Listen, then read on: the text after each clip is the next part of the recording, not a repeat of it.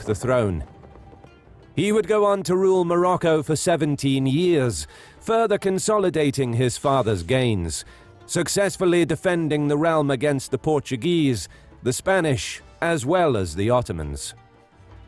By now, the people of Morocco regarded the Saadis as heroes, but when Al-Ghalib died in 1574, the dynasty faced its first crisis.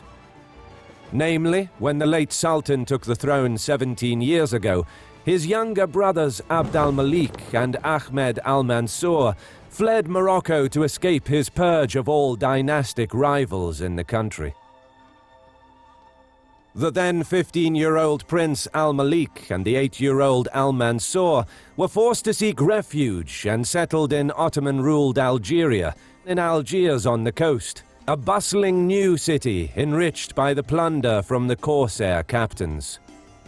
From there, some years later, the two brothers traveled the vast expanses of the mighty Ottoman Empire, gaining valuable experience, as well as education and training from their generous hosts. The two princes participated and distinguished themselves in the disastrous Battle of Lepanto in 1571, and volunteered to take part in the recapture of Tunis in 1574. It was this fighting spirit that brought them to the attention of Sultan Murat III, who sought to expand Ottoman influence into Morocco and offered to provide the older brother Abd al-Malik with men, money and munitions to help him take the Saadi throne. In exchange, Abd al-Malik promised to pay 15 tons of gold as tribute and lease the port of Larache to the Ottoman fleet. Acquiring such a large and well-built port on the Atlantic would allow the Ottoman Empire to outflank Spain in future naval conflicts, and would give the Algerian corsairs an opportunity to intercept the silver bullion being shipped from South America to Seville. However, it was agreed that these plans would be put on hold for now, as al-Malik did not want to antagonize Spain, and also aimed to prevent Morocco from becoming an Ottoman protectorate.